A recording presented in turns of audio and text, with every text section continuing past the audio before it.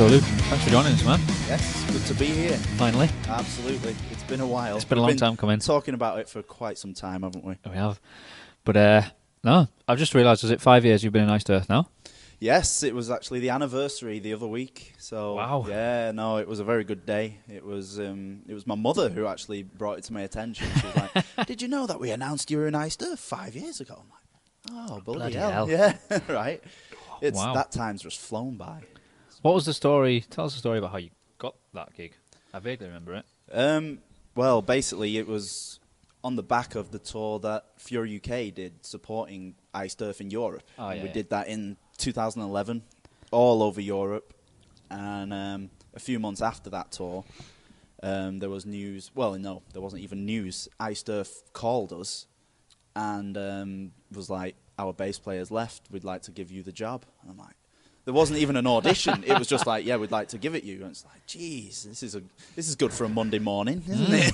It's pretty good news. Is it a joke? Yeah. It's like, who the hell is this? Is this Mike? It's Chris, isn't it?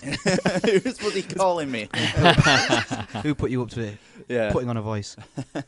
But yeah, and then it was just there, the management and John Schaefer, the main man himself of Iced Earth, he just had a few Skype calls with me, set some dates, and yeah, away we went. It was just kind of there. And so they sent me off to America, did this first huge tour over in the States. So it was. Did you tell me that good. they were sneakily auditioning you, like without you knowing, kind of? Yeah, on the tour that we did, that Fury UK did with them, they somehow got me on stage to do a sound check with them.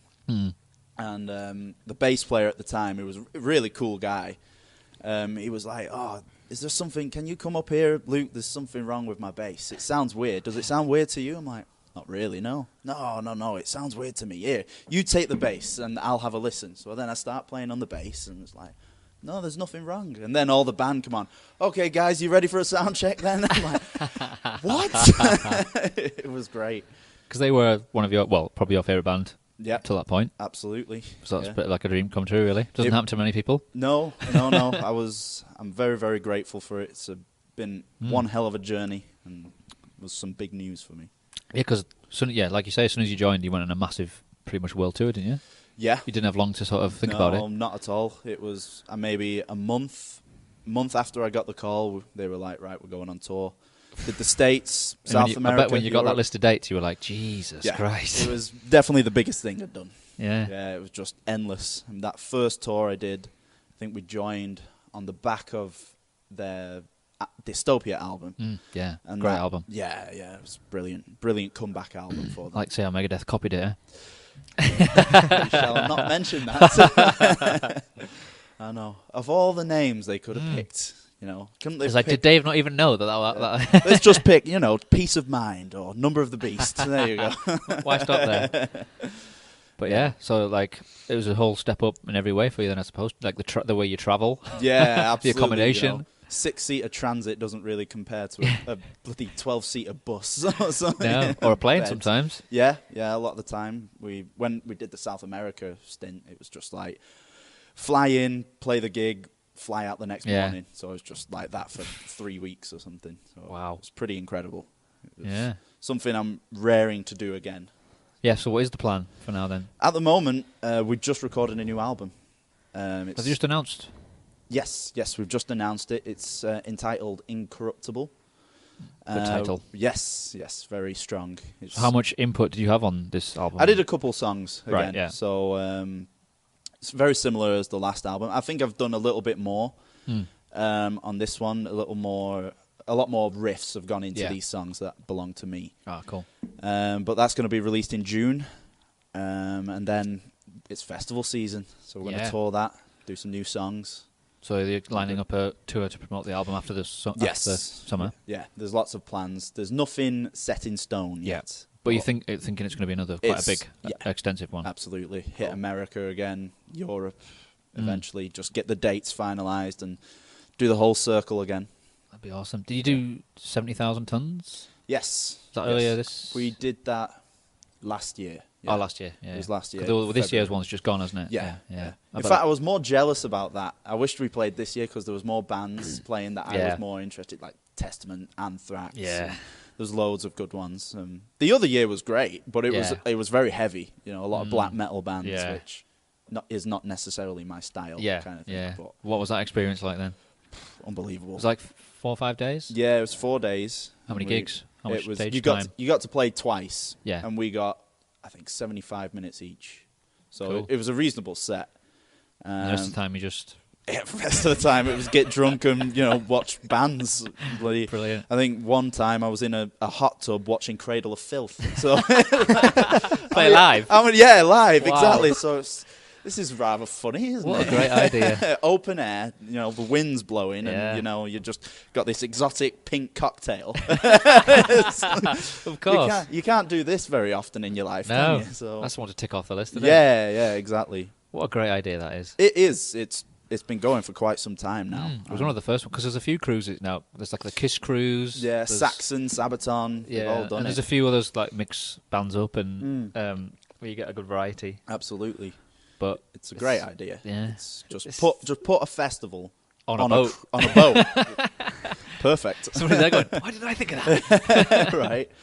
But we went to Jamaica as well. So Wow. you get to each time they pick a different location Yeah. and each day I think I can't even remember what this year was, but it was just something over in the States. You Yeah. start in Florida and then we went to Jamaica and then you do the journey back. Yeah.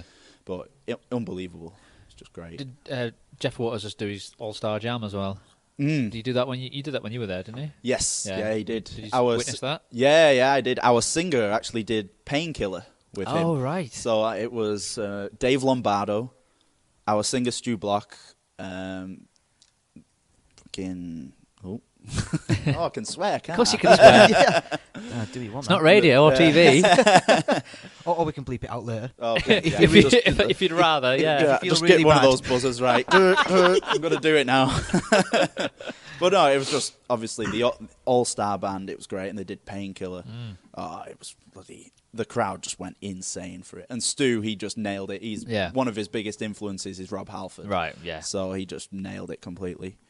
But yeah, it's a really cool idea what he does, Jeff, actually. Well, that's like, let's get all the bands on the boat, and then let's get everyone from the bands to do it yeah, on stage. Exactly. It's just, it by far has the biggest audience, because everyone's Yeah. just like, oh, God, who are we going to see play these great songs? Pick your favourites from each band and put them together. Yeah, absolutely. And then you get to hear them playing each other's songs as well, which you'd never normally get. That would never happen anywhere else, would it? Absolutely not. It's just one big party, and then there's the karaoke room, which...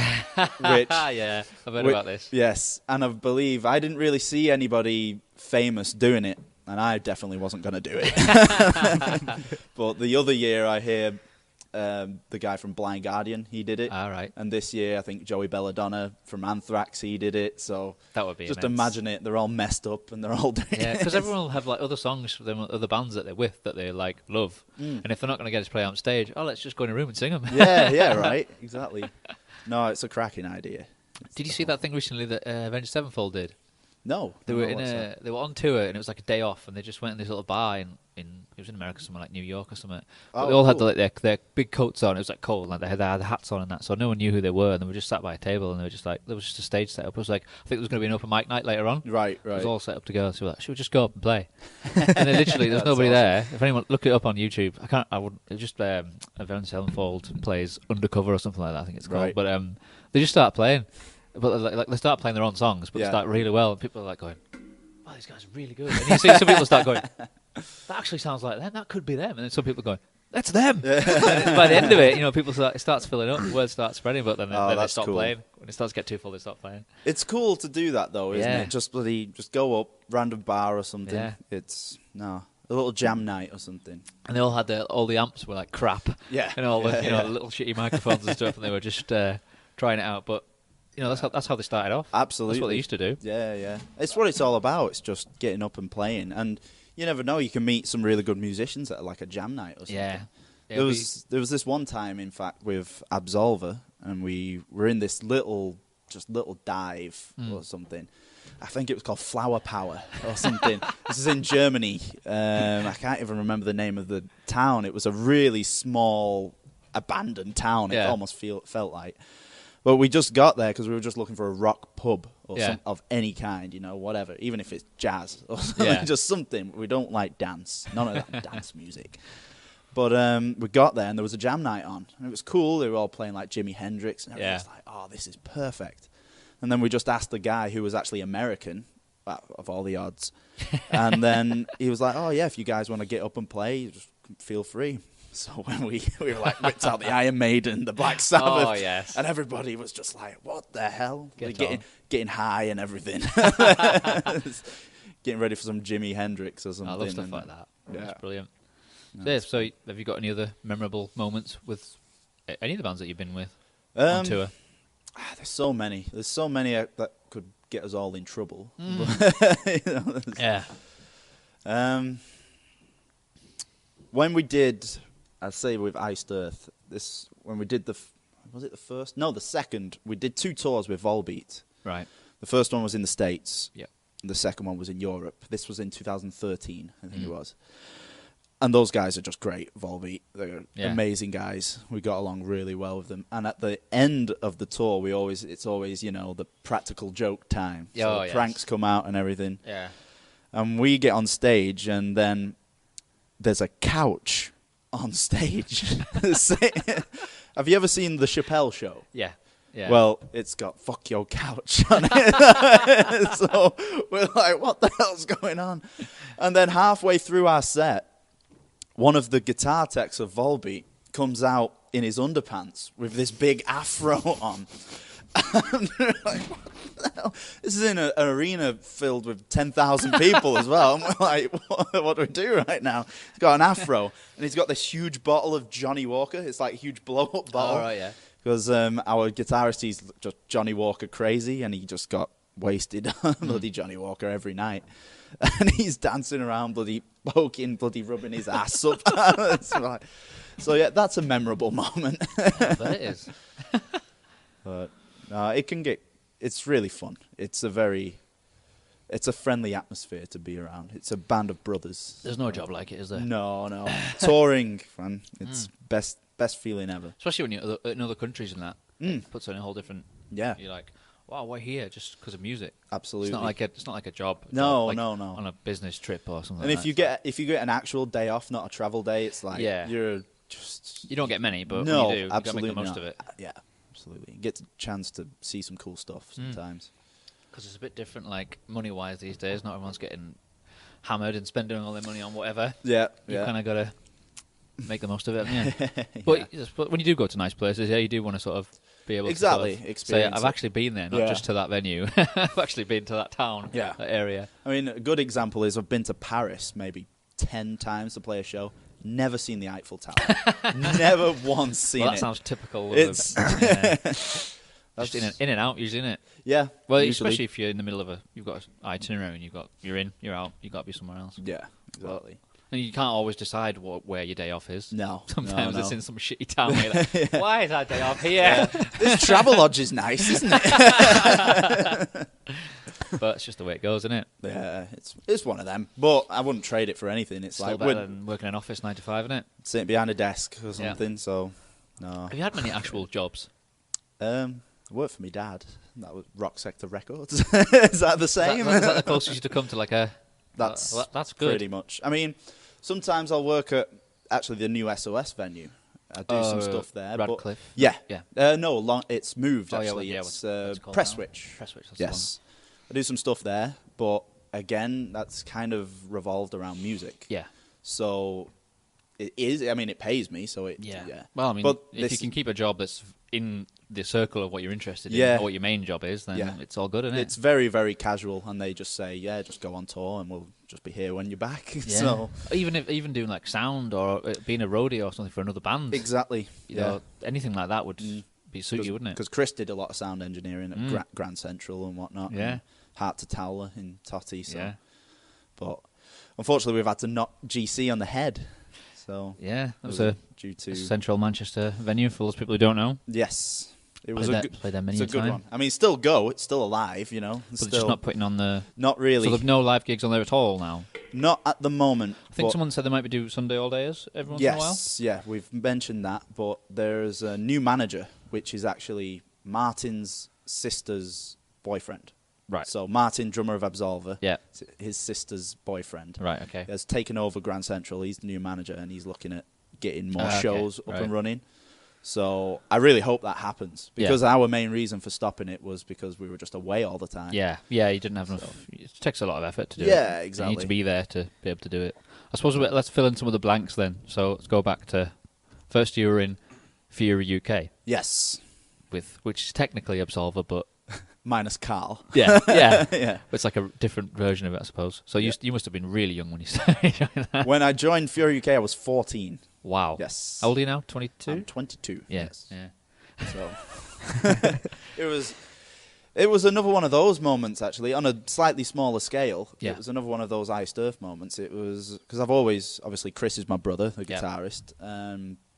I've always followed him and went to the gigs that he's done with Fury and whatnot before I was in the band. There was a Fury UK before you joined it. Yes. So yes, who else? The man who was before me was a guy called Adam Cropper. He was the bass player before me. Right. And then there was a lineup before that as well, which was before Martin's time as well. I'm going to have to go back and look at some of these photos. There must be online somewhere. It'll be hilarious. To be honest, there's loads, really, but it depends on when you call the start The beginning. point. Exactly, because Chris... I suppose it depends when they put a CD out or something. That was technically when you start doing that. Yeah, there. But the first CD was called Fury. Yeah. So it wasn't even UK. So there's so many points. And Chris started Fury when he was 14 himself in school. But obviously there's another million bands called Fury. Exactly. And there was another million members when he was in school as well. So, well, it's like that when you first start, isn't it? People are in around. Yeah. Exactly. Do I want to be in a band? Do I not? The only official album that still goes out there as Fury UK is Face of Adversity. And that was Chris and two of his high school friends. Right. And they were in the band for a few years. So there's only been one Fury UK CD? No, there's been a few. That was the first one. That was the very first one, right? That's the earliest it goes to. Okay. Then we've got VR. Oh, no, excuse me. Then we've got Salvation, which was an EP. Yeah. And that was the birth of Martin. All right. Yeah. That's the birth of Martin. The drummer was born. Yes. And the then drummer was born. That's Martin. Straight to a drum kit. Yes, absolutely. Martin McNee, for anyone who doesn't know. Born with awesome drummer. Big beard. Yeah. As well. He was just born. I could just imagine him. You really can, can't you? It's just mental. It's getting bigger. It's got his own pulse, I'm sure. Came out of his mother holding a pair of drumsticks. That must be painful. Have you ever actually seen his chin? No. You haven't. Not even you. I've seen a picture of him with a very clean-shaven face, but he had a beard, a kind of goatee. Yes, it was. Okay. I think he was 12, wasn't it? Yeah. But then the Salvation CD, that was Martin's first CD, and that was with Adam Cropper. And then the next CD is when I joined, and that's VR. And then we did 2 CDs. So Which VR, is the one with Death by Lightning on it. VR. Yeah, that's the first one I ever came across. Yeah, and that even takes you even further back because that was like an original Fury song. So technically that was re-recorded. So right. There's so many. There's paths that go back to the past. You just basically just look at the CDs and go, right, this is the way it started, and just follow it through, I suppose. Yeah, pretty much. From someone who didn't know anything of the history of the band, you would just go by the music, I suppose. Yeah, pretty much. That's the safest way. Do you know what the first one that recorded at Axis was? Axis Studios, A Way of Life. Because that studio comes up a lot on this podcast. It seems Absolutely. to be a lot of people record there, including ourselves. But it's awesome, isn't it? Yeah. Matt Ellis certainly knows his stuff. Yeah, big shout out to you clever. It's just great. You just go in there, and the first time we went there with A Way of Life, we had no idea what to expect. Yep, snap. But he almost cocky's the wrong word, but very, very confident, wasn't he? Isn't he? Yeah, he is. And we just went in there, recorded some drums, and then he was like, "Okay, you guys just wait in there for a bit. I'll let you know when I'm done." And we're like, "This has never happened before." Don't even know. When he's done, what does that mean? Yeah. And then we just played along, went away for like maybe 30, 40 minutes or something, and he's like, "All right, you want to have a listen, lads?" And then we're just like, those drums, drum sound coming out of there is just the drum sound, and even we just laid down some guitar tracks. And yeah, even they sound good. Yeah. This is better than the last CD already. We'll just release this, thanks. Save on some money. Yeah. But no, he is great. We've every Absolva CD and Fury UK CD since then. Yeah. We've always done it at Matt's. That's the only place we've ever been. Yeah.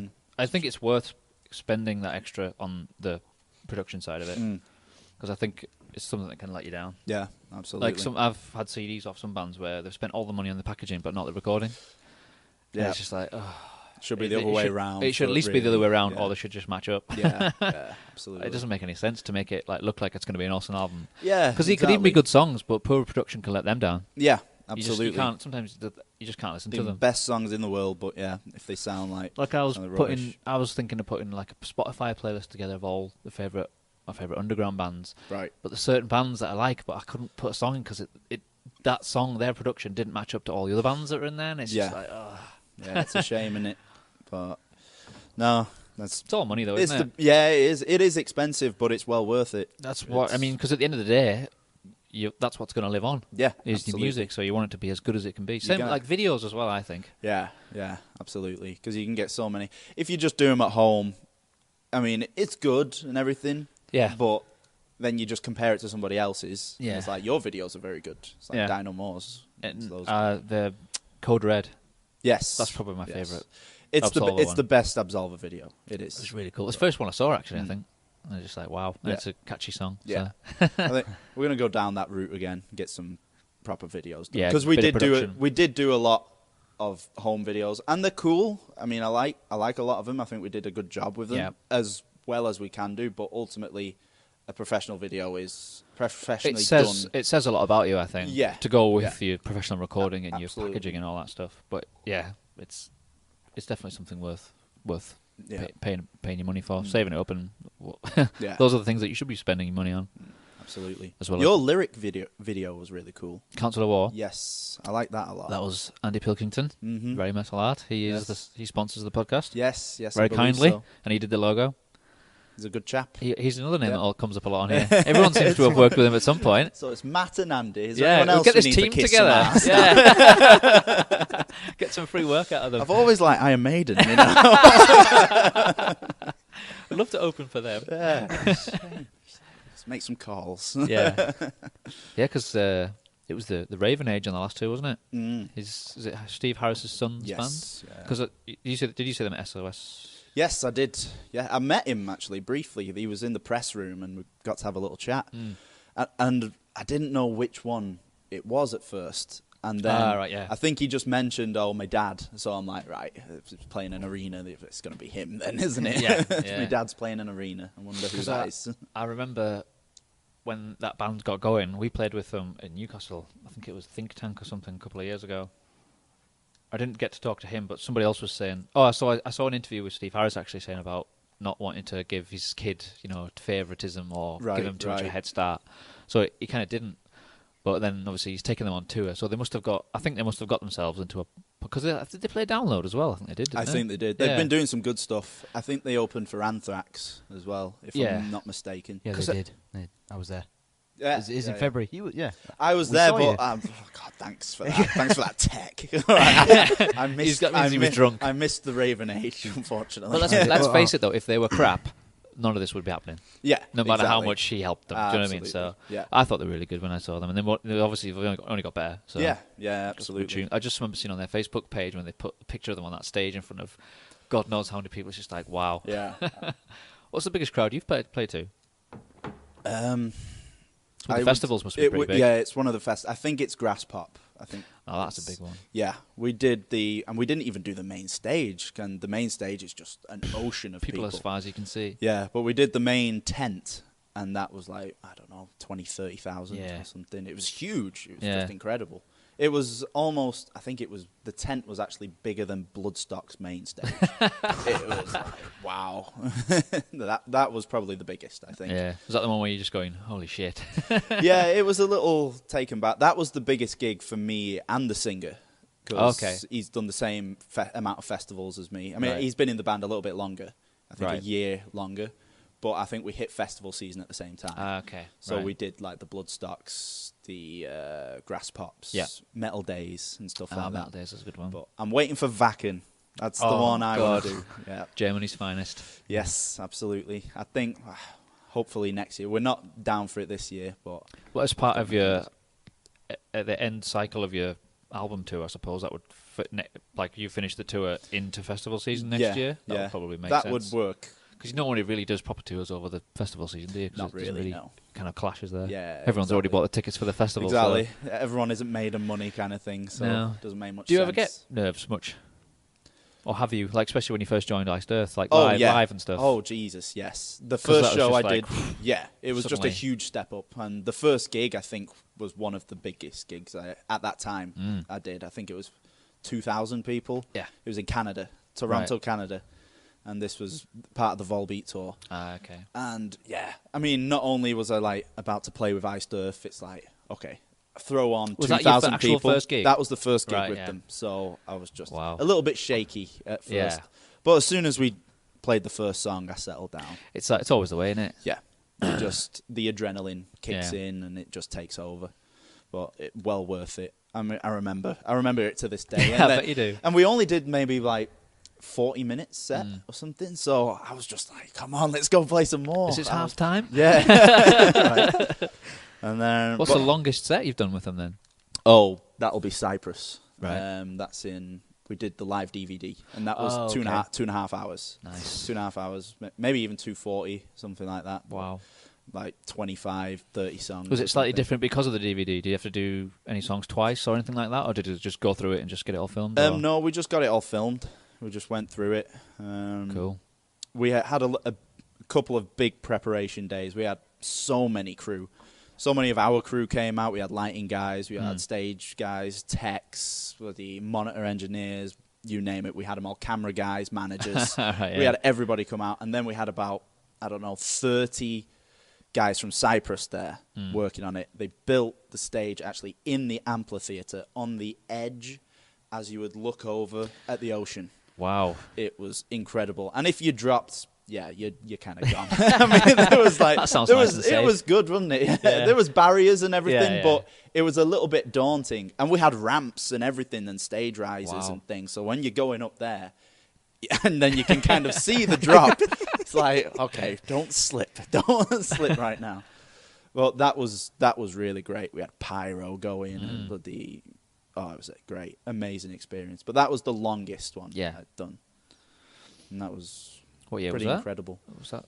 That was 2012. Ah, So right, I was cool. pretty fresh. Yeah. Again. I was still Yeah. a young pup Yeah. at that time.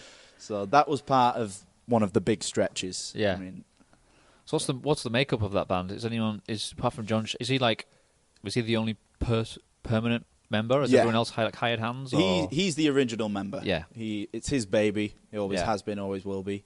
But they've been going for like 30 years now. Yeah. So it's like, That's geez. crazy. So he knows what he's doing. He's been around the block a couple times. Yeah. But no, we're all band members. Nobody's a hired hand or anything. Yeah. You know, we all Yeah. get writing credits, and Yeah. if we come up with anything good, Yeah. anyway. Yeah, that's fair enough. And at the moment it's John Schaefer on rhythm guitar, Stu Block, the singer. He's been in the band for about 6 years now. Yep. Myself on bass, and we've got Brent Smedley, he's the longest standing member aside from John. Right. But he's been in and out of the band a few times. Right. Due to various reasons, personal problems Yeah. and whatnot.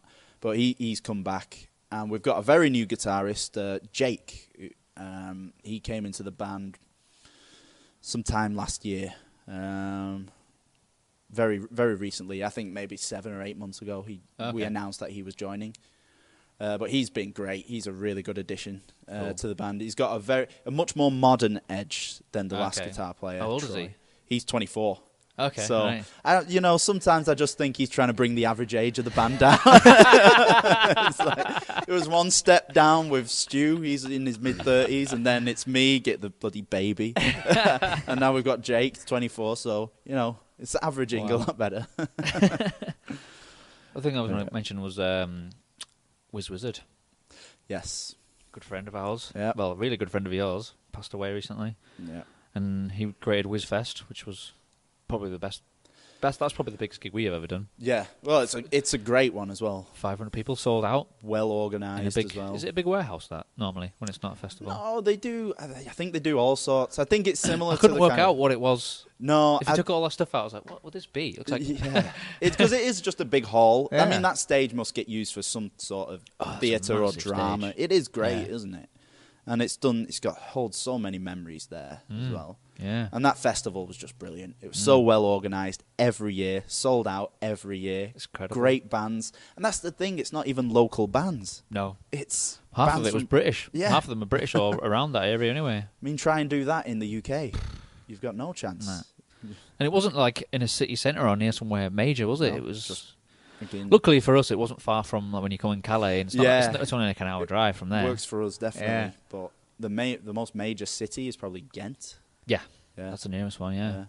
And that's still a little bit of a trek. Yeah. I mean, So how did you first meet him? Was that with Fury UK? no, it was we booked Wiz Wizard to come over to UK. Oh, right, yeah. It was just over the internet. My dad started the record label, Rock Sector Records, Yeah. and he just started booking these international bands and seeing Where was he if they're booking them to play at? Grand Central was the first. This Okay, was right, yeah. quite early in the Grand Central days, Yeah. the pub in Manchester. So that was always number one, like the Towler. A lot of Manchester-based places. Yeah. But then we expanded, Newcastle, Trillions, Yeah. stuff like that, Grimsby, Yardbirds. Yeah. So Yeah. there was a lot, It'd be just like maybe a week tour for them, but we would do that for them. And that's how we got introduced to Wiz Wizard. And then it was kind of like a scratch your back, you scratch mine. Yeah. And then he took us over to play Wizfest for the first time. What And year that was the first Fury one? Do you Gay. remember? It's like Well, 2012 or something. The first one that we played was 2010. Oh, I didn't realise it'd be going that long. Yeah. And there was a few years before that. I Wow. think 2 or 3 years he did. Always been in that venue as well. Always been in that, as Yeah. far as I'm aware, yeah. It's just perfect for that. Like they've never, because it sells out, so you could upscale it, but Yeah. he's just kept it exactly as it was. He didn't want to do it. Him No. and his wife, Caroline, they just didn't want to risk it. Yeah. Something that they've got so good. and it nailed it perfectly. Like, it was like, I mean, when we Yeah. were there, it was like you get there, here's your passes, Yeah. of this, you're going to go and do this interview, and then Yeah. you're going to go and do this, and it Your was just food, you knew food's where taken everything care of, was, yeah. catering, all that. It was And just then lots spot of on. nice beer. And Oh, the beer! Oh, the beer! it's great. It's just But they it's- give you loads of bloody beer tokens and everything. You know, get it's more just than was more- agreed. Yeah. Yes, it's happened a couple of times. Yeah. Oh, it's perfect. But he was such a nice guy. He was. God rest in peace. But Yeah. No, we miss him a lot, but he's left. The thing was, when his funeral as well, it was Yeah. just so beautiful to see so many people turn out. It was basically, let's just invite all of Wizfest. Yeah, to, yeah. It was like, And they all there was turn 500 up. Yeah, there was probably Yeah. more people. There's over Yeah. 500 people. Wow. It was just incredible, so powerful. Yeah. And that is probably the hardest experience of my life, actually. Yeah. Because on his deathbed, he requested that me and Chris would play a song. Wow. And we'd be either side of his coffin. And it was just like, oh, man. It's bloody... And you did that. Yeah, we did it. What did you play? He asked for Icy Red. Oh, okay. Yeah, so he asked for one of Fury UK songs. So it's Amazing. Like, what greater honour. And it was very tough to do. We did it. We made through it without breaking down. Because it was unbelievable, because we did Icy Red with Wiz, probably at Wizfest and Devlictor Heast. Yeah. And he wanted us standing exactly how we would be if he were playing with us. Oh, I see. The positioning of it. Exactly, Yeah. yeah. So they even put a microphone on top of his coffin. Wow. And I'm just like, God, this is heavy. So it's just like, just don't look. Yeah. And You it's just get through it, innit? Yeah, and then it's coming to this like kind of tricky bit where I usually just lock eyes with Chris, and then I just look over and there's this coffin just right in between us. I'm like, God, this is just heavy. Crazy. It was mental. It was such a privilege to do, though. I'll bet, yeah. I've never Never felt forget that. No, absolutely. But no, it was good send off for him. It's great. Because I remember the first time I was at SOS was 2014, I think. We weren't playing, but I got invited to do press because they knew they were going to announce us for the next year at that one. Right. So I just spent most of the day doing press. But I met him, and he said, "You're playing SOS. You're playing Wizfest next year." And I was like, "Are we?" Oh, okay.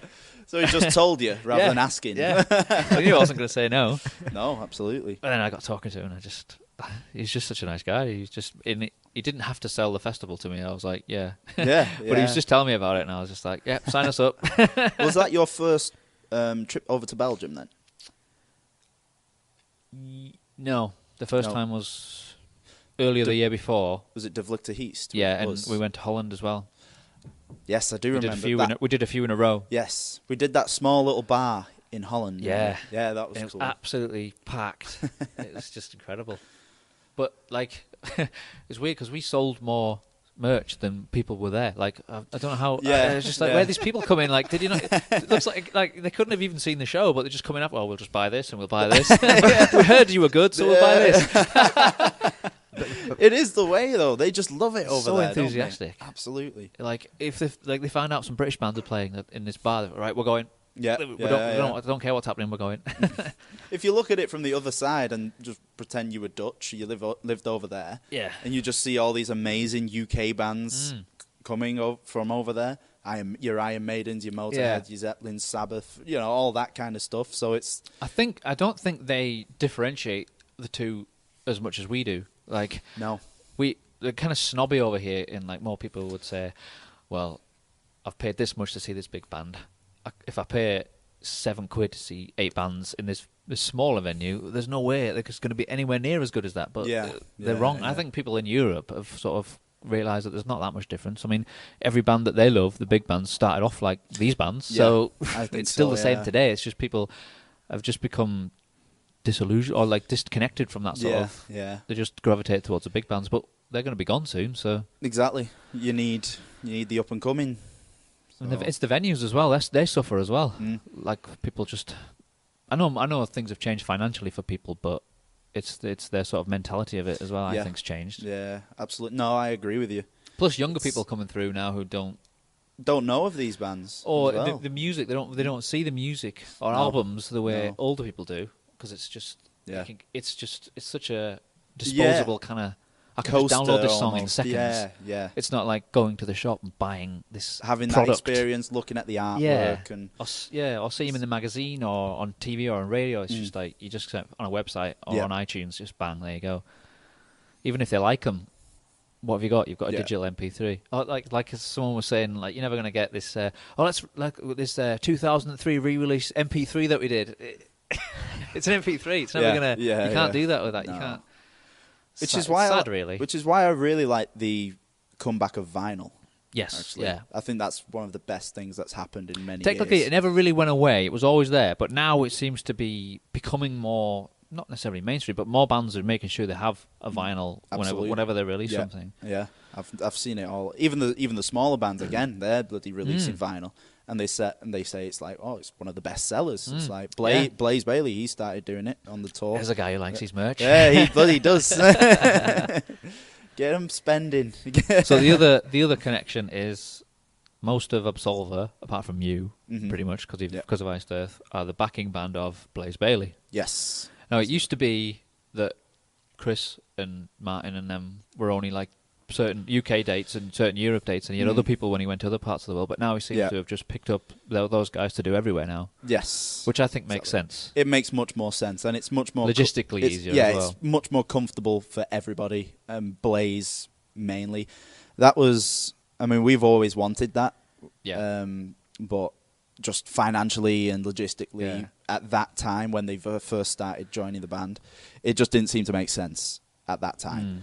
But now Blaze has kind of come to that side, and he's like, I think he had a few bad experiences with some members in another. I'm not going to mention any countries, but in some different countries, there was a few bad experiences, and he knows he wouldn't have had that if he had Chris, Martin, and Carl. Because they're very consistent. Exactly. And very professional. They know what they're doing. They know how to play the songs. And Reliable. and Chris just takes over the stage when he gets on there. Yeah, He's he like does. he's technically the stage manager of I think any Blaze venue. would like that as well. Yeah, he does. Someone to sort of something else for the people to focus on, so it's not him all the time. Exactly. The other thing about Blaze is, you get a lot of these older frontmen of various big bands, and a lot of them try to make it, but they kind of fade away eventually. Yeah. But he seems to be going from strength to strength. He's like the stuck, fact that he's doing this massive world tour now, going over to America and everywhere now. He's always been there. He's been consistent as what he's been. Ever since he left Maiden. I mean, he had a few hiccups along the way, but he always stayed there. And now I think he's more on his game than he's ever been. Because we played with him when he did a Wolfsbane little small tour. Oh yeah, last year. Yeah. And that was really cool. I never really knew much about Wolfsbane, but I No. thought they were awesome. No, I didn't bought the album either. when I was there. They're cool, aren't they? Really good. Oh, it's good fun. That's the main word in my opinion. It's more fun than Yeah. anything. It's definitely not metal in my opinion. No. Yeah, I see what you mean. Yeah. But I didn't know much about Wolfsbane until we actually did a tour. This is back in the Fury UK days. It was Fury UK, Wolfsbane, and Saxon. Right. And so it was like, That's a great. lineup. Yeah, so it was like a 2-week tour in the UK. And I was like, okay, I know Blaze, but I don't really know anything of Wolfsbane. And I knew he used to be in Wolfsbane before Iron Maiden, but that was it. But he started playing, and I was like, oh, okay, cool. It's energetic, and it really gets the crowd going. So it was one of them. It's cool to see. Yeah, because I didn't, because that was obviously the band he was in before he joined Iron Maiden, and then he kind of dabbled with it when he went back, but he's fine on his own, isn't he? Yeah, absolutely. I mean, I think he will do Wolfsbane stuff again, but yeah, I believe from what he tells me, it's a mission to get all 4 of the members together. Okay, right. So I think that's a reason, and that's kind of fine, really, because Blaze is so busy on his own. Yeah. So yeah, I mean, he's out there at the moment and all over Europe, isn't he? In the world? So, No? Yeah. But God, he's still got 2 or 3 months left. It's pretty full on, the dates. There's not much time off. Yeah. Even between legs of the tour, there's I think there's the top break was 5 days. yeah, exactly. Yeah, but that's how they like it. That's how I know. That's how Chris likes it. Definitely, He would just do that. He's just he's not human. He's like a robot. He would just do it all the time. I enjoy watching his Facebook posts. And one of the last ones, it's like, oh, I thought this tour was going to be really, really long, so I've added 11 more dates. Okay.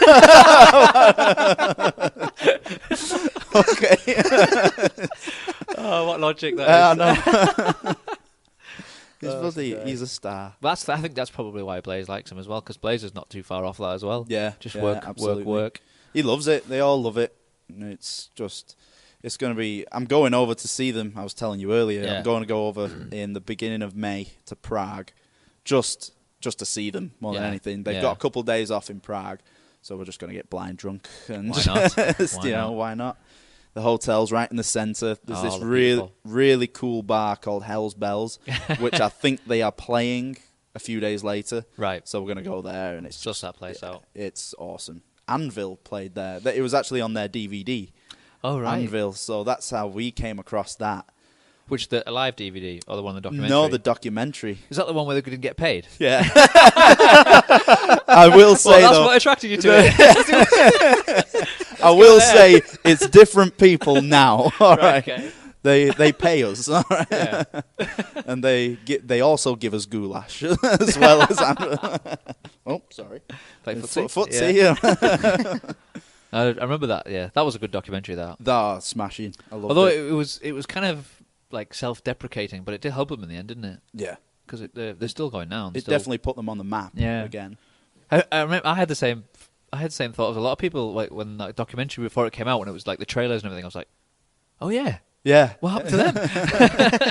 That's basically the whole premise of the whole thing. What the hell happened to those guys? Because they did some really cool stuff, and then it's like how it starts. They were playing that massive festival when he's playing his guitar with a vibrator or something, and it was in front of 20,000 people. Yeah. But they didn't from the beginning. They weren't smart in themselves, really. I think they would admit that, but they didn't get hooked up with the right people to advise them. No. Bad business management and bad decisions and bad advice and. It's a shame, really. It's talent's one thing, unfortunately, but it's also a business. Yeah. Even back then. Yep. Sign the wrong deal. It's like it was. I mean, from what I hear and what people say, it was a lot easier back then. It was more simple, I think. It's a little more simple. I mean, if somebody got on the radio, it'd be a much bigger deal. Oh then. God, yeah. If someone gets on the radio now, because that would equate to we've just sold 10,000 albums or 50,000 albums or 100,000 because we've been on the radio. Yeah, but that doesn't really make any difference now. But no, not really. It's all work off your own back now, isn't it? Yeah, absolutely.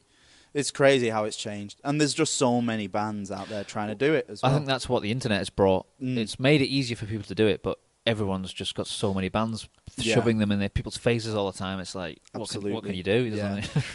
Yeah, it's a shame in a lot of ways. It's a curse and a blessing the way it's turned out. It is. But however, it's still not impossible. No, I mean, really got to go for it, I guess. It's like, Yeah, I mean, I suppose it weeds out the people who would get in it. If you got someone who was just getting in it, I want to make money. Yeah, you don't want that. This is not the business for that anymore. No. Whereas people generally would have got into it for that reason. Yeah. You could have been quite good and wanted to make some money, and you could have done it back then. Unfortunately, yeah. I mean, they've done it, and it could be some of the best bands in the world that you love as well. I mean, I've not met all my idols. It's probably best that I haven't. Who knows? For their sake or for yours. A little both, maybe. How many beers you've had? We'll see later. Can we take this podcast to the Mexican restaurant? See, the truth really comes out then. Yeah, we'll press record when we get there later. Yeah, that's right. Yeah. Once we've had a few beers, and then we'll press record again. It's just we're not warm we're not actually recording now. It's just All right, just chilling. Bloody hell. Don't say that. Can I have another coffee then? you just keep it going. No, you had been going there. I think we are. Oh my god. Start again. Right. Right. But what was it like when? I mean, I'm assuming the guys in Absolva and that were fine with you going Iced Earth. Yeah. No, they were fine. My first worry when I got the call was like, oh my god, what's my dad and what's my brother gonna think? And then I told my dad first, and he was like, what are you talking about? Just go. Yeah. Cheers. Don't want me then, do you? But no, he was just like, if you don't do it, then I'm actually going to fire you from the band. It's like, you'd be so stupid not to do this. And then Chris came in. I think he was out at Grand Central or something, probably. Yeah. And he came in, and then me dad just came up to him, gave him a hug. And was like, got some news for you. It's like, the bass player of Iced Earth has left. He didn't even mention anything about me. And Chris just looked at me like, you absolute in a nice way, of course. Yeah, because he'd probably think, why couldn't it have been the guitarist? Yeah. Like, why can't I join Iced Earth? I knew I should have picked bass. But no, he was playing around with me and stuff like that. But he was like, well, I better go look for a bass player then, hadn't I? Yeah. And that's how Absolva was born. Yeah, he wanted to freshen it up. In a way, there was a blessing in disguise with that as well, because he didn't like the name Fury UK. He wanted to get away from that. Something a bit more individual and unique. I think. Yeah, and the logo as well, was it FUK? It was pronouncing that, and people always just made fun of it a little bit. Yeah. And it wasn't a great name anyway. It was just made. It was a name. It was a name, you know. Yeah. It's just one of them. So Absolva, it was very unique. Nobody had that.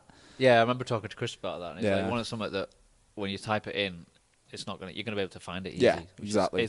Like we were saying about too many bands these days. It's that's a challenge. Quite important these days. It's a big challenge to find something very unique. We were on the recent episode. We were talking to Mike Harshaw of Annihilator, and he was saying one of the bands he's in is it Jack Sith, wasn't it? Yeah.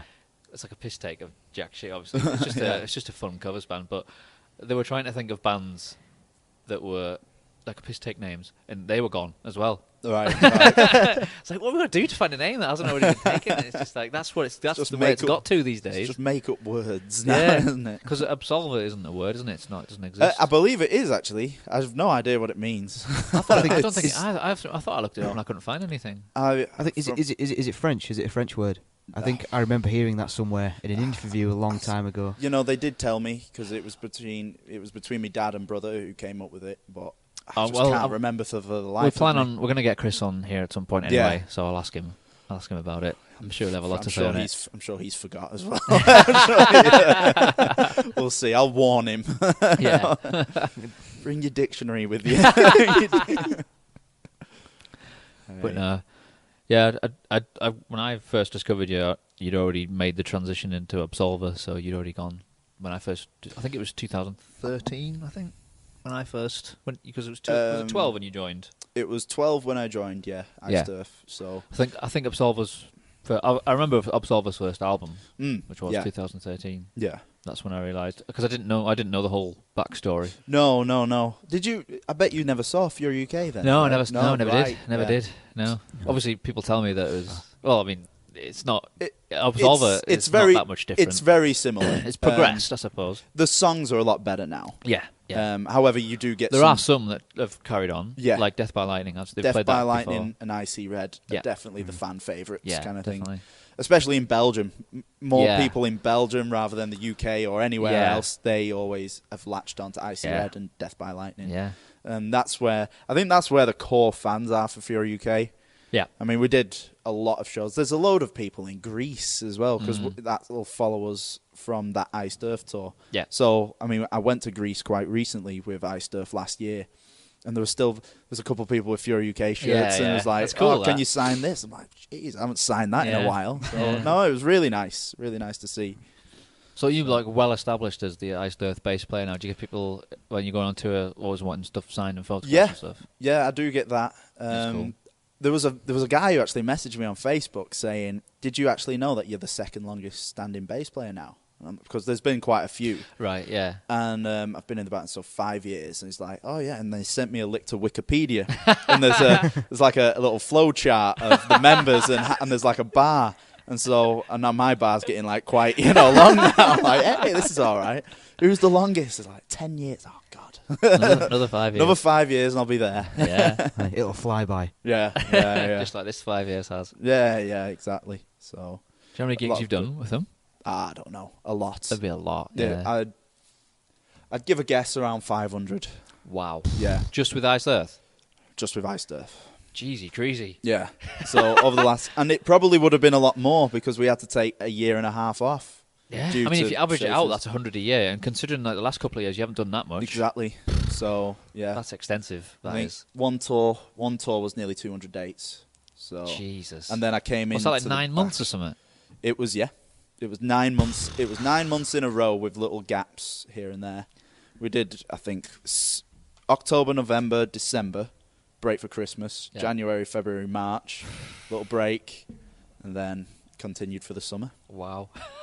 So it was great. It was Yeah, I like, bet it was. okay. It was just a blur at the same time as Yeah, well. this is the only problem with it. When it's all in a row like that and you try and pick out... I try and document everything, Yeah. but it's very difficult. I always Yeah. try and write everything down because the next week you're just going to forget what That's happens. it. Yeah, photos in like a journal or something like that. 'cause- Exactly. Yeah. Yeah, it's... As So many photos... Tell us about it. You go, I can't really remember, to be honest. Eiffel Tower looks great. But yeah, like all the towns and the venues all blur into one, don't they? Yeah, exactly. When it's So- that extensive and that in concession. Yeah, It's just because like- a lot of the venues, I mean, they're all great. They look after us, but a lot of them are just like big halls. Yeah. So it's like, How do you differentiate? yeah, oh, you remember that white hall? Oh no, but I remember this black one. Yeah. So Yeah. there are some venues that you really stick out. There's Z7 in Switzerland. Right. That has always been like an iconic venue for loads of bands. I guarantee if you ask your Iron Maiden or Saxon, anybody like that, they'll say yes, Z7. They've played there at some They've point. played there Yeah. and they'll remember it. Yeah. Because it's just so iconic. You go there and there's just this huge wall of fame Yeah. with pictures of all the bands that have been there in the past. That one's really cool. And there's Wigwam in is it Budapest? Yeah, I think so. And that one's really cool because it's like, it's all wooden. And you go in there and you think it's bloody Thanksgiving in America or something. That's how it's decorated all the time. And that's pretty cool. It's cool to see. And it's got, instead of chairs, you're like on like wooden logs and stuff like Yeah. that. And it's pretty cool. It's places with a theme. Yeah. It's nice to see. Yeah. Instead of just a big hall or something. So it's nice. Yeah. The other thing's weird is like obviously, like you're saying, it just blurs into one, but people remember it when you were there, and it's like that one time they were there is a massive deal, but you're just like, I wish I could remember. Well, yeah, that's the thing. I mean, I wouldn't, it's not like I didn't enjoy it or anything. Yeah. It's just because there's If it so happens many. every day, Exactly. it's like, So I struggle a week in advance, never mind Yeah. 3 years in advance. So, but it's cool that it means that much to people when you're there. exactly. I mean, like Belgium, I'd say Belgium for us as well. It's another place. It's just like, Yeah. been back a few times, and it's just every time it's crazy. Like Whizfest when we played there, that was probably the loudest we'd ever heard people singing. You could clearly hear people singing all the words. Yeah. back, not just to like the couple of songs, like most of the songs. Yeah, It's like- it is cool, isn't it? They grab onto people really well. Yeah. The Belgians, the French have really caught onto Mm. Absolva and Blaze. Yeah. That's really taken off. That we used to always come to Belgium a lot.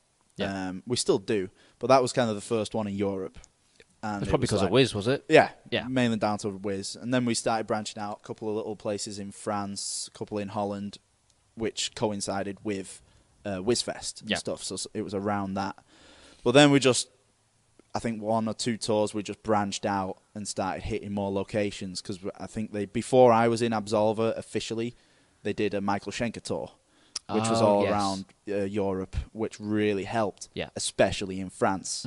Because after that tour, we went back to places in France, and it was like, okay, so the last show was 40 people, and now it's 100. When you went back on your own? Exactly. Yeah. So, and then that show was 100 people, now it's 200. And now I need to ask him, actually, how many it was this time, because every time it's just kept growing. More, yeah. So it's really, really very positive. It's a positive way of looking at it, and it's looking very likely that it's going to grow and grow. Yeah. So, fingers crossed. We should mention, so you've got your dad, Marc Appleton, who is owner of Rock Sector Records. He does everything. Chris Appleton, your brother, who's the guitarist in Absolva. Yep. He does a lot of Rock Sector as well. Yeah, he does. But wasn't there once when, didn't your dad play bass at some point? Yes.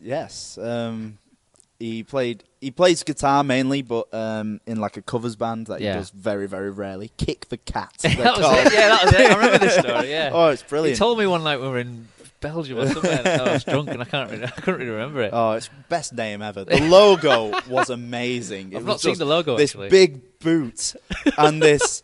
I don't know, it's almost like a Tom and Jerry cat kind of thing. And it's just this cat with its neck strung out, with its eyes popping out, when this boot is kicking it up the arse.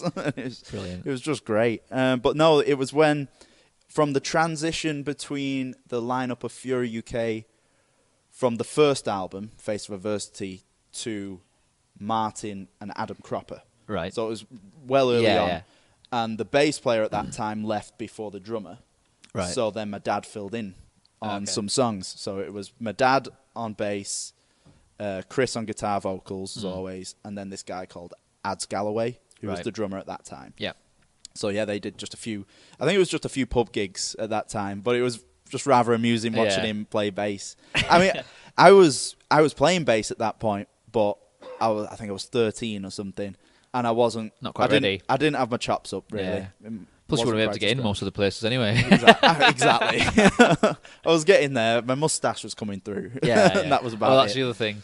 If you needed to look younger for any reason, just shave. Yeah. Knock 10 years off. I know. I bloody shaved recently. I had this big bloody beard. I shaved recently. And I went to go just grab some beers from I think it was Morrison's, and I'm like, right, I've got my ID at the ready. And even then, she didn't ID me. I'm like, what? Am I now too old to get ID'd? Oh, surely even not. Surely bloody not. Beardless. Just go to the States. That'll make me feel better. Because I remember a while ago, it must have been last year sometime, you put a status up, and you put a picture up, and you must have been somewhere else had happened, and you was like, I'm not shaving ever again. Yeah. It was just, I feel weird about bloody shaving now. I was saying to Tech. Yeah. I nearly got Producer Tech. Mr. Stig over here. Yeah. And I bloody was just saying, it's like I've not seen my chin in probably since that post. I'm like, wonder what it looks like now. It's a good chin. Thank you very much. Defined jaw, you know. Yeah. So what is your next thing with Iced Earth when you? That's in June. It's actually on my birthday. I fly out. We meet up in Sweden. Right. Yep, we're doing Sweden Rock Festival. Oh, nice. Yes, that's a good one. That'll be a first for me. A first for a few of us actually in the band. But is I've that heard main some good stage? Things. Or is there only the one stage on that one? No, there's a few stages. I don't think we are on main stage. I think we're headlining one of the other stages at the second stage. But I don't think it really matters there, does it? Because it's all there's going to be a load of people there. Yeah. I can't remember. They have released the times of it quite recently, but I just can't remember off the top of my head. But no, that's going to be a really great one. And do they always? You guys always look to play at least like trying to play an hour, or Yeah. We're playing. I think we're playing an hour That's at that one. An hour 75 minutes. So much material to choose from. And now we've got a new album. It just makes it even harder. Yeah. So I think is that quite a debate? Are they known for mixing it up much? Yeah. Or? Yeah. Absolutely. Yeah. We're going to mix it up even more now because the last few years we have mixed it up, but there's been. It's like, okay, we have to play that one. We have to play that one. And there was like 6 or 7 that we all felt we have to play. Yeah. But that's been going for the past 3 years or something. So it's time to really mix it Yeah. up. So we're going to have the classics, like Watching Over Me is kind of a must-have. That's definitely probably the biggest one we've got. And everybody loves it. And it's a great way to finish the set, actually, because everybody just gets singing along. And it's really energetic, emotional at the same time. But yeah, the main thing is just to throw some new songs in there. Yeah. So it's going to be I wonder how many you'll play. I'm curious as well. I know the ones I want to play anyway. Because the more you do, it's like, what do you sacrifice? What do you... Because you can't please everybody. No, exactly. You're going to get people who want to hear as much new stuff as possible, and then you're going to get one of people who want to hear much older stuff as possible. Exactly. It's always the way. When we're doing like a 2-hour, maybe 90-minute, 2-hour set or something, we like to throw a couple of ballads in there as well, because we're quite well known for doing really strong power ballads. Yeah. And on this new album, we've got... I suppose it's 2 songs in particular that are kind of like a power ballad. Raven Wing, which is one of the new... I can't even call it a ballad because it's got a really strong groove to it, but it starts off quite slow and melodic. It's like more of a grooving tempo. But the other one, The Veil, that's definitely a power ballad. Right. So my instinct is to always throw one of them in. But if we're only doing an hour, you don't want an hour full of ballads or something. Yeah. So it's trying to, if we sacrifice this really heavy song, we kind of need to replace it with a kind of heavy song or at least an upbeat one. Yeah. So it's, I don't know, it's going to be fun finding out which one is... It'll take you a few shows to get into that. Exactly. You'll be able to tell by the reaction what's working and what's not. You can guarantee that the first few shows set list is going to be different compared to the rest. Yeah. Because we're just like, maybe this will go You think here. it might go this way. Exactly. But until you do it, you don't know. Yeah. And some crowds are always different. There's that as well. Countries as well. It differs from country to country. Absolutely. Like some country like, oh, they like this album more than this kind of this country. Yeah, exactly. And these specific songs. And yeah, you just never know. Just wait and see. It's always good to mix it up anyway, isn't it? Yeah, I love to do it. The more, if you're playing a few more new tunes, it keeps it fresh for you guys as well. Yeah. No, which is what you want. But it's going to be exciting for you. Yes. I'm ready to bloody hit it hard again. The last tour we did was last December, and that was for a month, which where was it's that? Great. That was all over Europe. Okay, right. We only did one UK show, unfortunately. That was London. Haven't done much UK, have they? Really? Not a huge amount. We did do Manchester once, which I was very happy about. Which venue? That was Academy 1. Okay, It was on the Volbeat tour. Oh, so, right, yeah. But that's the only time I've been in the band and we played Manchester. The only other time I've seen them play Manchester is when they were opening for Heaven and Hell at the arena. Wow. So that was way before my time. I must have been about 5 or something. But that was how I kind of really discovered Iced. So you're trying to persuade them to do some shows over here? Oh, absolutely. I can. It's a mission of mine. The fact that the shows over here have been so scarce, I think that when they do it, they won't have any trouble selling tickets. I think so. I mean, even if we do 4 or 5, and we make sure it's spread out, do one up north, do one in Manchester. You take your pick Bristol, down south, really. London, so that's what we did. The most we've ever done is 3 shows, which has been London, Bristol and Birmingham. Yeah. But that doesn't quite hit up north. We did do Glasgow. I was going to say Scotland's quite a good option. All the bands would go through there at some point on the tour. Exactly. I think we did ABC Academy once, and we did King Tut's, which is like a little underground the Wah-Wah, venue. Whatever it's called. Yeah. Is that the one? Yeah, you go down.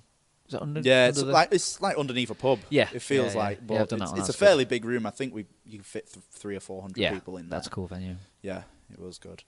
But Manchester, I don't know. I really don't know where we would even go. Yeah, I'd like to think somewhere like the Ritz or something. That would be perfect. That would be that would be my first choice anyway. Yeah, because it's had some good bands, and I think it's a good sized room for us. Yeah, what does that hold? Do you think? A few hundred. It's more than that because there's a balcony. It's more like between 1,000 and 1,500, from what I've heard. I think I think you'd sell that, no problem. Hopefully, I'd invite especially with the right lineup as well. Yeah. I'd invite Grand Central. So well, of course, yeah, they'd all be there. Yeah, exactly. I get loads of people asking me to come to Manchester. Yeah, because everyone just I mean, I did in a way, but everyone just assumed as soon as I joined the band, it's like, oh, great, we're going to have some Manchester dates. And I'm like, I hope so. But it'll come. Yeah. It'll come. But Go on, sorry. I was just going to say, because you take your pick of venues that you could, with like a small amount, you can like handpick pick the better venues, and I don't think you're going to have any problems. So No, exactly. if that was ever a worry, I don't think. Yeah. Don't think it should be. There's some good promoters over there as well. Exactly. I mean, one I think you guys work with at Rebellion, Robin. Oh, Robin Plumley, Yes, top he's a guy. good chap, yeah. He knows what he's doing, doesn't he? Yeah. Him and his friend Cam, they do a lot of big gigs. I mean, they're doing really well at Rebellion. They're getting some big acts there, like Napalm Death and CKY. Ahmed Saint was there, yeah. Yeah, in fact, that was really good, actually. Oh, you were there for that I one, went to that. I was mainly... Oh, God, it was one of my blonde moments here, because I was going there mainly to see Babylon Fire. Yeah. I wanted to watch them properly with Good their friends. new lineup. Yeah. Yes, brilliant Manchester band. Absolutely. Good old Babylonians. You know? Yeah, the Babylons. But no, I wanted to go and see them. I'd never heard of Ahmed Saint before. So I got there, watched Babylon's set, which they did really well. Yeah. It was really cool seeing Will back in the band, the guitarist, and their new singer, Dan. Yep. And then I got talking to them afterwards. They came to the merch, and they're like, oh, yeah, this band's great. Yeah, have you heard of John Bush? Yeah. I'm like, yeah, I've heard of John Bush. Why? What's he got to do with it? I'm like, oh, he's the singer. I'm like, oh, no way. Well, you just know him from Anthrax, then? I just knew him from Anthrax. Oh, right. I never knew what he was doing afterwards. Ah, It was okay. it just completely passed me. Ahmed Saint are awesome. They were great, yeah. He got asked to sing for Metallica right at the beginning. Hetfield didn't want to do singing; he just wanted to play guitar. Really? I did not know And that. he was one of the people that they tried to persuade, but I don't think he thought that band was going to go anywhere. Yeah, good call, man. Good call. That's what I heard anyway. But whatever, you never know, though, do you? But Ahmed Saint, cracking. Yeah. So you were pleasantly surprised. Pleasantly surprised. Yeah. I stayed because I just didn't know what they were going to be like. I didn't know if it was going to be something like... He's such a phenomenal singer. He's great, and he's still got it. Yeah. I was well impressed. There's plenty of people who still prefer Anthrax from his era. Yeah, than Joey. I have heard that. Yeah. I like both. Yeah, I do. For I'm the very same. different reasons. Yeah. I love Joey. I love the new stuff they've done. Yeah. Anthrax. Those last two albums are great. Yeah. And John Bush, he did great in Anthrax, and now I really like Ahmed Saint. So Yeah, it was a totally. pleasant discovery. Yeah. Well worth it. Well, Luke, it's been an awesome talking to you. Yes. No. If thank people you for having me. want to get in touch with you, what do you Twitter or I use it all. I'm on Twitter, Instagram, Facebook. what's your Twitter? I don't know. Can you remember? Just type in Luke Appleton. You're pretty findable. I'm gonna. I'll gotta get these cards made. You know. It's just Yeah, with all your hold it up. different contact details on. Yeah, just Facebook.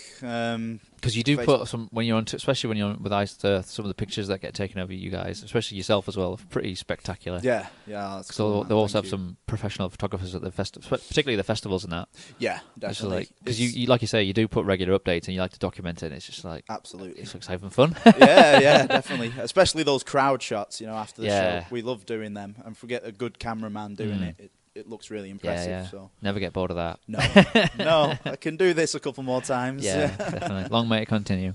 Well, we'll have you back on at some point down the line. Yeah, definitely. Maybe after you've got this Iced Earth stuff out of the way, and then That'd when you be come great. back, see That'd be what great. you've been up to. Hope- Because what is your long term? Do you think you'll just you'd gravitate towards Absolva then? Well, Have you thought that far ahead? I have thought about it. I mean, Iced Earth even joke about it. I mean, I think the last guitarist we had, Troy, he made a little joke because he left the band for a few family reasons. Right. Won't go into that, but he left the band and then he just had a quick word with me before his last show, and it's like, do you remember that deal that we made a couple of years back? I'm like, no, I can't remember. Remind me. And he's like, well, in many years to come, when I die of old age and you're 30, make sure you find my grave and take a big piss on it. Okay? Whatever you say, man. What a weird deal that is. Oh, he was